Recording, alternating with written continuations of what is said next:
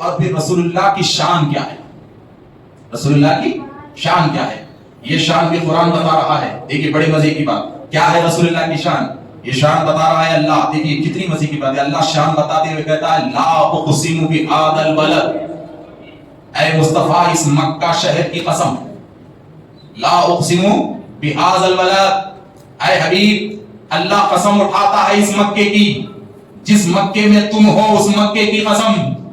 تو بات یہ سمجھ میں آ رہی ہے کہ اللہ تعالیٰ جب مکے کی قسم اٹھا رہا ہے، مکے کی قسم اللہ بیان کر رہا ہے تو وہ مکہ بہت بڑا ہے، لیکن کس وجہ سے اللہ نے مکے کی قسم کہا، کس وجہ سے، آخر وہ وجہ کیا ہے جس میں اللہ نے کہا لا اقسم بہذا البلد، کہ اے مصطفیٰ اس شہر مکہ کی قسم۔ تو آئیے سوال کرتے ہیں زمانے سے کہ اللہ نے قرآن میں کہا مکے کی قسم، تو اے اللہ تو نے شہر مکہ کی قسم کیوں کھائی؟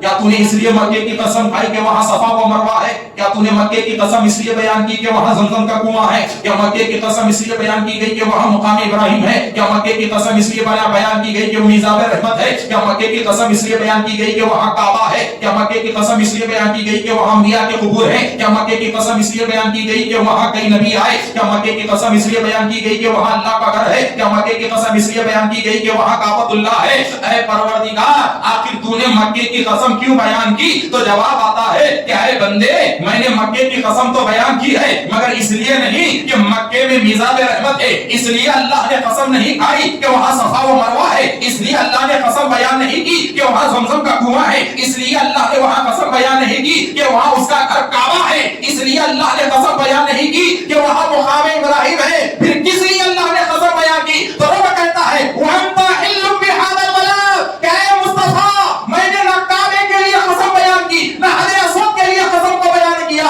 نہ میزاب رحمت کے لیے، نہ صفا و مروہ کے لیے، بلکہ اے حبیب آپ کا قدم ان گلیوں میں رہتا ہے، آپ کی رہنے کی وجہ سے میں نے کعبے کی قسم کو بیان کیا ہے، میں نے مکے کی قسم کو بیان کیا ہے۔ مصطفیٰ اس مکے میں آپ رہتے ہیں، اس شہر میں آپ رہتے ہیں، اور آپ رہنے کی وجہ سے یہ شہر عظمت والا ہو گیا، آپ رہنے کی وجہ سے یہ مکہ کمال والا ہو گیا، آپ رہنے کی وجہ سے یہ مکہ رحمت والا ہو گیا، آپ رہنے کی وجہ سے یہ مکہ عظمت والا ہو گیا۔ تو آپ کے ہونے کی وجہ سے ہم اس شہر مکہ کی قسم کو بیان کرتے ہیں۔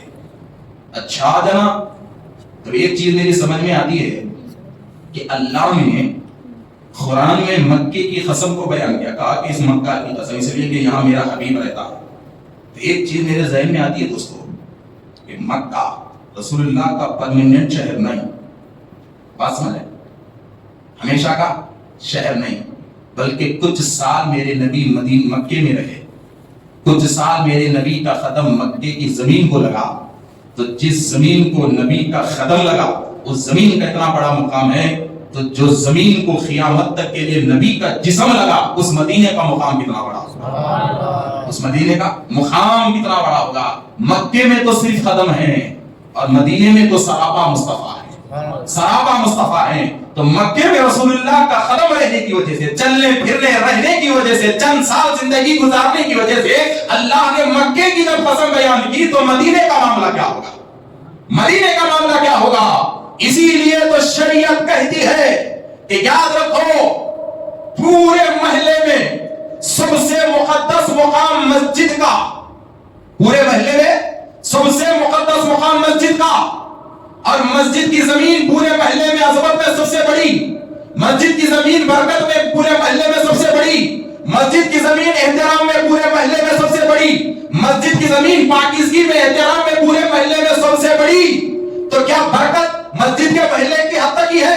کیا عظمت مسجد کے محلے کی حد تک ہی ہے؟ کیا رحمت مسجد کے محلے کی حد تک ہی ہے؟ تو دل پکارتا ہے کہ نہیں بندے، ابھی مقام ختم نہیں ہوا، بلکہ مسجد محلے کی مسجد سے بڑا مقام جامع مسجد کا، محلے کی مسجد سے بڑا مقام جامع مسجد کا۔ اب جامع مسجد کا ثواب محلے کی مسجد سے بڑا، جامع مسجد کی عظمت محلے کی مسجد سے بڑی، جامع مسجد کی رحمت محلے کی مسجد سے بڑی، جامع مسجد کی عبادت محلے کی مسجد سے بڑی، جامع مسجد کا مجمع محلے کی مسجد سے بڑا، اور جامع مسجد کا مقام محلے کی مسجد سے بڑا۔ تو پھر دل نے کہا کہ اچھا تب یہ عظمت کی آخری حد ہے، اس سے بڑا کوئی مقام نہیں ہو سکتا۔